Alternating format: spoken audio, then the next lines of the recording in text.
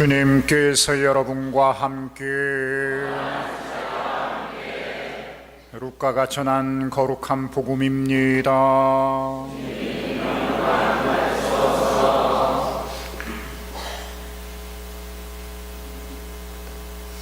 주간 첫날 예수님의 제자들 가운데 두 사람이 예루살렘에서 예순 스타디온 떨어진 엠마오라는 마을로 가고 있었다. 그들은 그동안 일어난 모든 일에 관하여 서로 이야기하였다. 그렇게 이야기하고 토론하는데 바로 예수님께서 가까이 가시어 그들과 함께 걸으셨다. 그들은 눈이 가리어 그분을 알아보지 못하였다. 예수님께서 그들에게 걸어가면서 무슨 말을 서로 주고받느냐 하고 물으시자 그들은 침통한 표정을 한 채 멈추어 섰다. 그들 가운데 한 사람, 클레오파스라는 이가 예수님께 예루살렘에 머물렀으면서 이 며칠 동안 그곳에서 일어난 일을 혼자만 모른다는 말입니까? 하고 말하였다. 예수님께서 무슨 일이냐 하시자 그들이 그분께 말하였다. 나자렛 사람 예수님에 관한 일입니다. 그분은 하느님과 온 백성 앞에서 행동과 말씀에 힘이 있는 예언자셨습니다.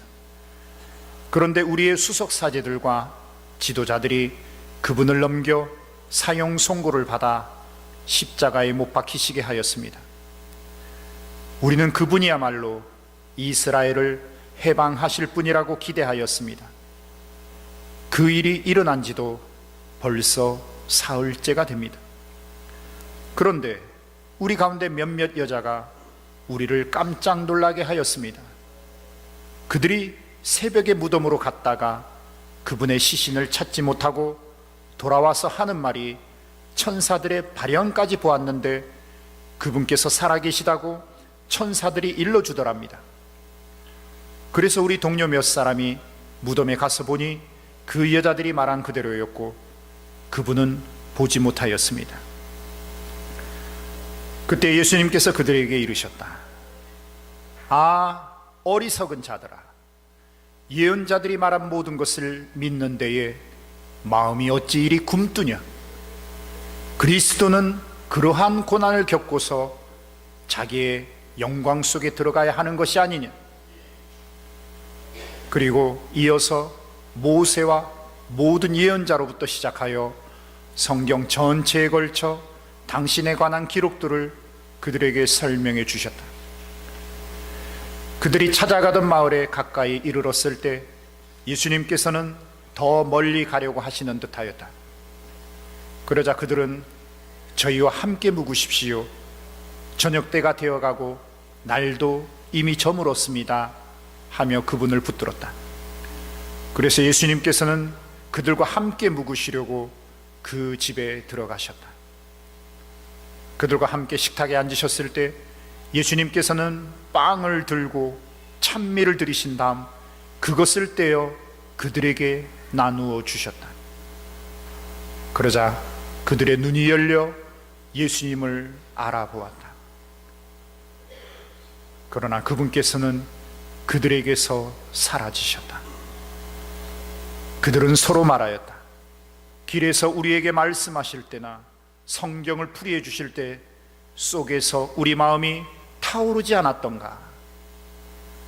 그들이 곧바로 일어나 예루살렘으로 돌아가 보니 11 제자와 동료들이 모여 정녕 주님께서 되살아나시어 시몬에게 나타나셨다 하고 말하고 있었다. 그들도 길에서 겪은 일과 빵을 떼실 때에 그분을 알아보게 된 일을 이야기해 주었다. 주님의 말씀입니다.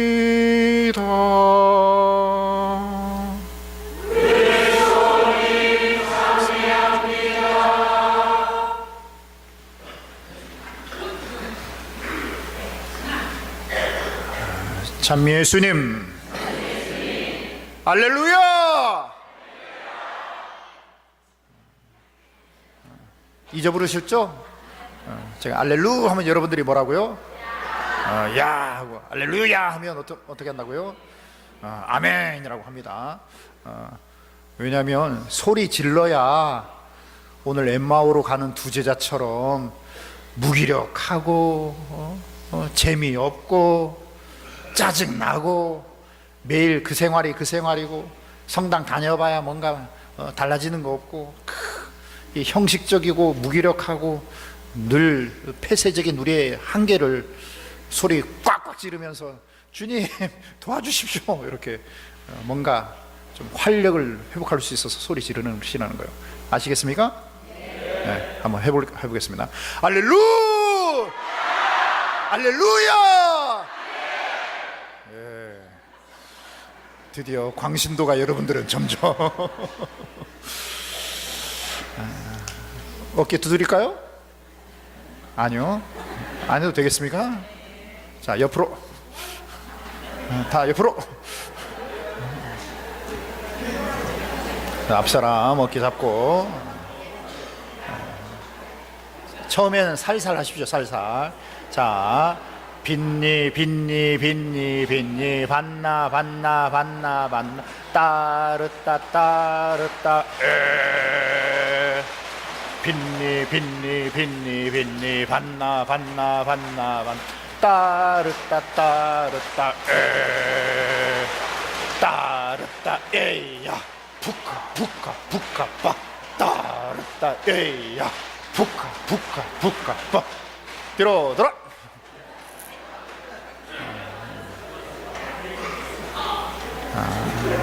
성가대 형제님들은 뭐 패 죽이려 듯한 아주 평소의 감정이 그대로 나타났는데, 자, 빈니 반나 따르따 에 빈니 반나 따르따 에 따르따 에야 부카 빠 따르따 에야 부카 빠.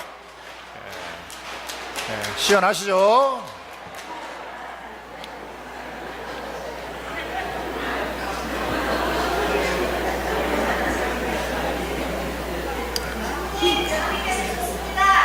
뭐라고요?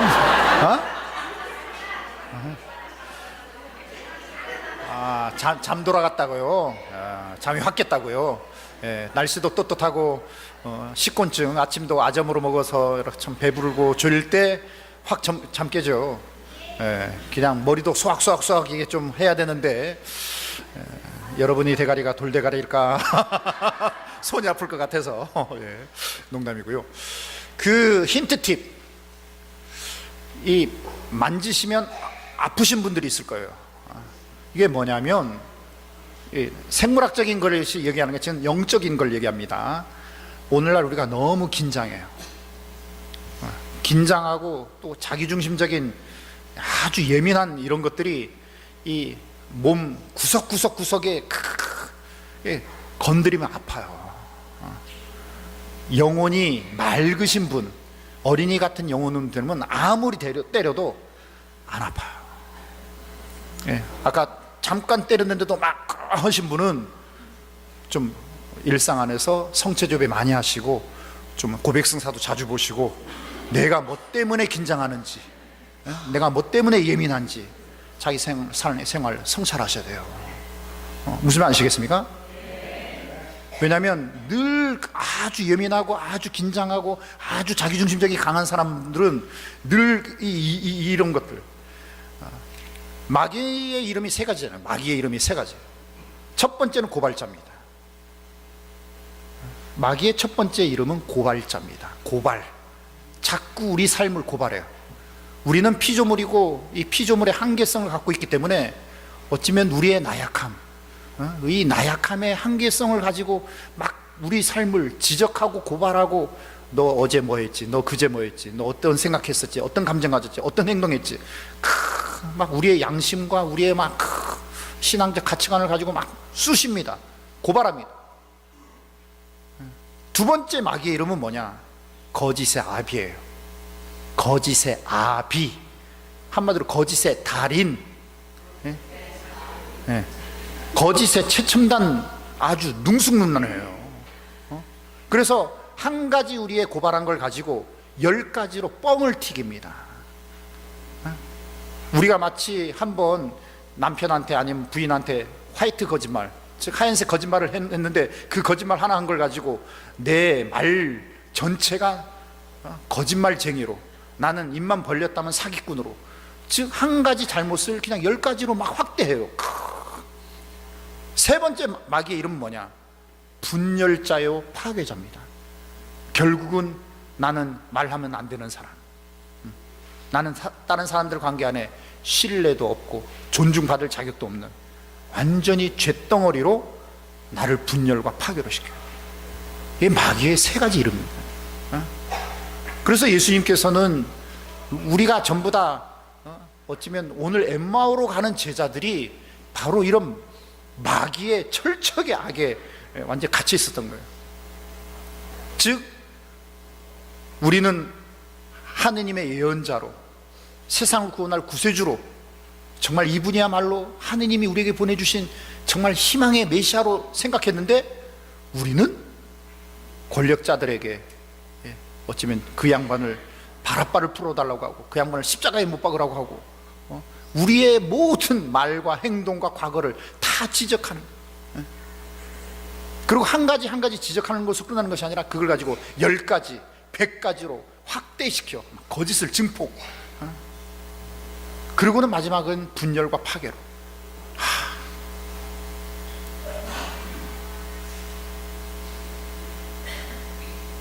오늘 예수님께서는 엠마오로 가는 제자들과 함께 걸으면서 그들에게 그 죄책감, 그들에게 그 자격지심, 그들에게 그 과거의 삶의 그 예민하고 이기적이고 또 세상 속물근성인 신앙인이지만 세상 사람들과 별반 차이가 없는 철저히 이기적으로 또 세상 것에 집착하고 이런 타협하는 우리의 이런 지적질을 당한 내 양심, 그리고 그런 내 생활을 성찰해 보니까 점점 그런 속물근성이 전반적으로 확대되면서 이렇게 내가 살아도 되나?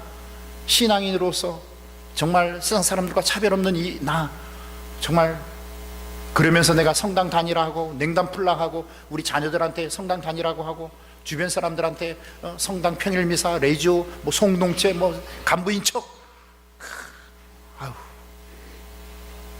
그러면서는 냉담하게 하고 기도 못하게 하고 미사 못 보게 하고 신앙인으로서의 이런 모든 공동체 이런 분열과 파괴를 시키는 이 악의 영향력. 그래서 사도 바울은 사람과 싸우는 거 아니다, 상황과 싸우는 거 아니다, 그 사람, 그 나약한 사람의 그 마음가짐, 그 나약한 사람들의 마음가짐의 공동체의 상황, 그런 상황과 사람 속으로 스며들어와서 우리를 거짓으로, 우리를 분열과 파괴로 시키는 영적 전쟁을 하는 게 우리의 인생이고 우리의 삶이다. 사도 바울은 에베소서에 그렇게 딱 말해버려요. 영적 전쟁입니다. 영적 전쟁. 오늘 예수님께서는 엠마오로 가는 두 제자들과의 대화 안에서 영적 전쟁을 벌이는, 그들에게 동반하면서 성령으로 진리를, 그리고 위로와 깨우침을, 그리고 격려와 정말 늘 함께 있고, 내가 세상을 이겼다, 어떠한 저승의 세력도 악의 세력도 성령 안에서 이루어지는 이 교회 공동체를 무너뜨리지 못한다. 용기를 내어라. 내가 죽음을 이겼고 내가 죄악을 이겼다. 세상이 아무리 너희들을 유혹하고 너희를 거짓으로 현혹하고 너희를 자격지심과 죄책감으로 정말 무기력하게 하더라도 결코 내가 너희와 동행하고 있음을 잊지 마라. 오늘 여러분, 오늘 미사를 보시면서 엠마오로 가는 제자들에게 말씀과 성체로 동행하시고 그들에게 성령 안에서 진리를 깨우쳐 주시고 그들의 모든 무기력과 자격지심과 그 절망 상황을 새로운 부활의 구원의 용기로 이끄신 그 축복이 이 미사 보신 여러분 한 사람 한 사람에게 회복되기를 저는 간절히 바라봅니다. 예, 아멘입니다. 아멘. 1950년도 여러분 흥남 부두 사건 아시죠? 흥남 부두. 즉 중공군이 개입한 거예요. 메가더 장군이 북진 완전히 중공군이 개입하니까 원자 포탄 터뜨려 가지고 하니까 3차 세계대전이 일어날 걸 걱정해서 후퇴를 시키잖아요. 그때 빅토리호라고 아주 군수 물자를 나르는 배 선장에 라루라는 이름의 선장이 있었습니다. 흥남 부두에 폭격이 일어나고 막 흥남이 전체가 이제 불바다가 되고 이제 바닷가까지 부두까지도 이제 폭격이 일어나고 빨리 이제 군수 물자를 이제 어쩌면 갖고 남하해야 되는데 그 라루라는 선장이 보니까 14,000명이나 되는 그 부둣가에 모여든 피난민들, 그리고 피난민들 사이에 그 눈망울이 하늘의 별보다도 더 초롱초롱한 어린애들이 눈물 글썽이면서 두려움과 공포에 떠는 모습을 보면서 라루 선장의 영혼이 퉁퉁 치는 거예요. 지금 군수 물자를 나르는 것이 중요한 것이 아니라 이 폭격 속에서 죽음 앞에 놓여 있는, 또 어른들이 전쟁에 그런 책임이 있지만 이 어린애들은 무슨 책임이 있는가? 이들의 눈망울을 보면서 지금 나에게 책임을 주는, 소명을 주는 하나님은 군수 물자를 나르는 것이 아니라 이 어린이들과 이 사람을 구하는 것이 나의 소명이다라고 해서 그 배 선원들한테 태울 수 있는 만큼 모든 사람 다 태워라. 그 작은 배에 14,000명의 모든 피난민들을 다 태운 거예요. 다른 배들은 다 도망가고 있는데 그 배 하나에. 그리고 흥남부두 조금만 벗어나면 이 기레라고 합니까? 그 바다에 둥둥 떠다니는 그 뭐라고 합니까? 이거 그 지뢰가 아니고 기레라고 합니까?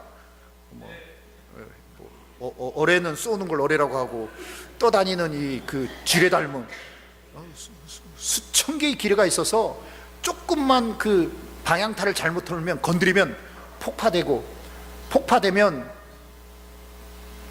뱃속에 있는 그 군수 물자들, 특히 이 폭탄 이런 것들을 다 나르고 있기 때문에 14,000명이 다 죽게 된 거예요. 근데 라루 선장이 딱 방향타를 몰고 가는데 하느님께서 이끄시더라는 겁니다.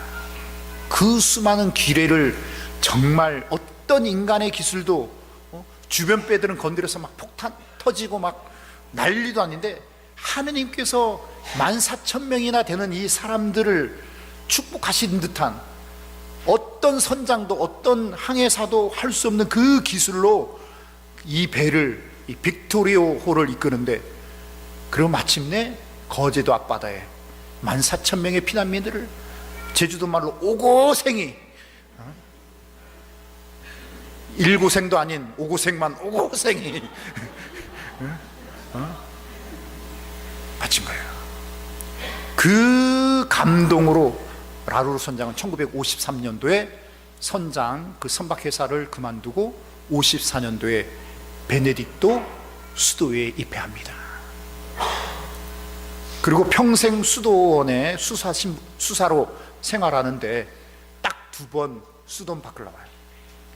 1958년도 한국에서는 6.25 때 정말 14,000명이나 인류 전쟁 역사 안에서 최고의 한꺼번에 구한 역사적인 사건입니다. 이게 흥남 부두에서 14,000명을 한꺼번에 구출한 이 배 하나에 14,000명을 태운, 여러분 14,000명 세기도 힘들 거예요. 이게 그 작은 배에 14,000명을 태우고 구했다라는 있을 수도 없는 그 기록의 그 선장과 선원들한테 대한민국 최고의 훈장을 드리는데도 안 나왔습니다.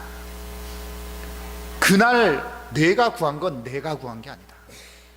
그 어린애들 눈망울, 그 피난민들의 그 눈망울 속에 하느님께서 함께 슬프워하고 두려워하고 어떻게든 살려야 된다는 그 마음이 내 영혼 안에 불처럼 타올랐고, 난 신앙인으로서 당연히 해야 할 일을 했을 뿐인데 이걸 상을 받는다? 이거는 인류 역사 안에서 결코 바람직하지 않아요. 그리고 한국까지 난 수도자로서 한국까지 갈 자격을 탄다.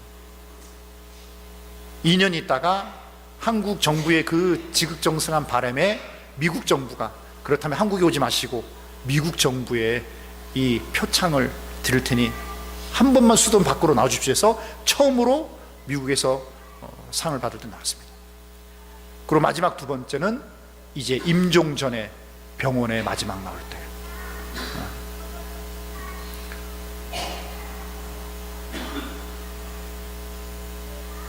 그리스도는 그러한 고난을 겪고서 자기의 영광 속에 들어가야 하는 것이 아니냐. 어쩌면 전쟁이라는 최고로 인간의 이기적인 상황, 또 이기적으로 하면서 가장 예민하고 아주 정말 이기적인 그 폭력과 힘으로 그 가치관으로 똘똘 뭉친 상황 안에, 그래서 서로를 예민하고 집중하고 서로를 죽이기 위한 가장 살벌한 분위기 안에 어쩌면 가장 어린애 마음으로 자기의 진짜 소임이 뭐냐, 무기를 나르는 것이 중요한 것이 아니라 바로 어린이, 바로 피난민들의 그 눈망울 속에 있는 하느님의 그 마음을 자기 영혼 안에서 활활 태우면서 정말 인류 역사 안에서 최고의 그런 감동과 인간의 고귀함을 보였던 라루 수사님, 어쩌면 엠마오로 가는 그 제자들, 절망에 빠진 제자들한테 함께 하신 예수님이 그리스도는 그러한 고난을 겪고서 자기의 영광 속에 들어가야 하는 것이 아니냐. 여러분, 오늘날 왜 우리 신앙이 힘을 받지 못하는 것일까요? 다른 사람 얘기하지 말고 내 자신을 가만 돌아보다 보면 매일매일 생활하는 것이 세상 사람들이 돈에 대해서나 자기 쾌락에 대해서나 자기 이기심에 대해서나 자기 중심적인 그런 생활, 그 생활이나 사제로서 성직자로서 내가 매일 유혹받고 유혹에 넘어가서 이기적이고 편한 거, 쾌락적인 거, 자기중심적인 거, 삶이나 똑같아요. 그런 세상 사람들이 속물근성으로 이기적으로 살아가는 거나 하느님의 아들이고 신앙인이고 그리고 뭔가 영적인 가치와 의미로 새로운 가치관으로 살아가려는 내 자신이나 별반 차이가 없는 거예요. 그런 별반 차이가 없는 그 삶의 무기라고 할까요? 기도하면 무슨 의미가 있어? 미사 보면 무슨 의미가 있어? 고해성사 보면 무슨 의미가 있어? 내가 레이저를 하고 송동체를 하면 무슨 의미가 있어? 똑같은데 이런 내 자신의 자격지심, 이 죄책감이 점점 신앙에 대해서 형식적으로 매너리즘적으로 반응하게 하는 이른바 영혼 없는 신앙생활, 정말 진정성이랄까 인격적인 그런 관계가 없는 하느님과의 나와의 관계. 그래서 오늘 엠마오로 가는 제자들이 예수님의 죽음에 대해서, 십자가의 처형에 대해서, 또 천사들이 나타났다라고 부활했다는 여러 가지 하느님의 놀라운 그 사랑, 구원, 영적인 그 현존에 대해서 어쩌면 자기중심적으로 인식하고 자기중심적으로 판단하기 때문에 영혼 없는 그냥 무기력이 투덜투덜 무슨 귀신 신화랑 까먹는 소리, 뭐 부활, 뭐 천사, 에이 제수대가리, 뭐 이런 거예요 사실.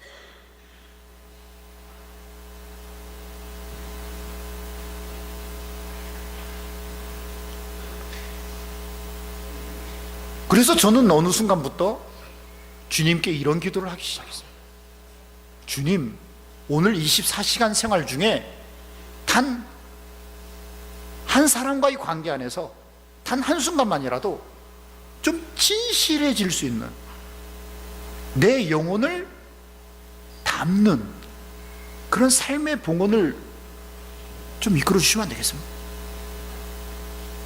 오늘날 우리가 하도 진정성 하니까 진정성 자체도 진정성 없는, 영혼 없는 단어가 돼버렸지만, 정말 여러분 진정성을 담은, 내 영혼을 담은 사람과의 관계 안에 진짜 신뢰, 진짜 정성됨, 진짜 헌신이라는 거, 세속적인 거래 관계, 계산 속이 아니라 순수한 사랑으로 정말 오늘 하루, 제가 초등학교 때 보이스카우트 했는데 보이스카우트에 보면 1일 1선이라는 게 있습니다. 오늘 하루 하느님께 대한 신앙인으로서 내 영혼을 담은 진정성의 관계, 순수하게 기도하고 순수하게 그 기도를 통해서 하나님 앞에 순수한 정성 어린 사랑의 관계, 이거를 한번 꾸준히 노력해요. 근데 여러분, 이 순수하고 진정성의 삶의 통로로 성령께서 나에게 조금씩 내공을 주시더라는 겁니다. 내공, 유혹을 이길 수 있는, 유혹보다도 더 가치 있고 의미 있는 삶에 대한 깨달음을 주신다는 겁니다. 점점 마귀가 너 이거 했지 고발하고, 또 고발하면서 10가지를 확대하면서 점점 나를 분열시키고 파괴하고 무기력한 이 일상 안에 매너리즘적인 우리의 삶을, 진정성의 그 하나의 그 통로가 나머지 찌끄러기 같은 그 무기력한 삶을 다시금 감동으로, 뭔가 희망으로, 뭔가 열정적인 하느님과의 관계로 변화시키더라는 겁니다.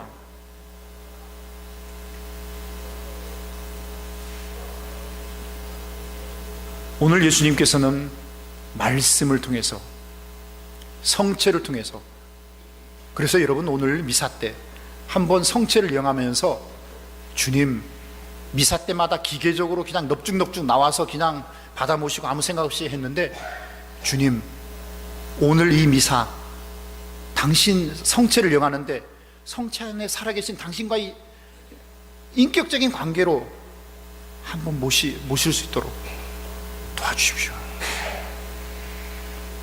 기도하고 진정성의 봉헌을 하고, 그리고 정말 주님 당신을 모실 자격은 안 되지만 어쩌면 나보다도 더 나를 사랑하셔서 나를 구원하신 그 믿음의 희망으로 주님을 모십니다. 주님, 엠마오로 갔던 제자들처럼 내 영혼을 당신 사랑으로 활력을 주십사. 이렇게 주님께 봉헌하고 성체를 모시고 또 잃어버렸던 신앙적 감성을 끌어올렸으면 좋겠습니다.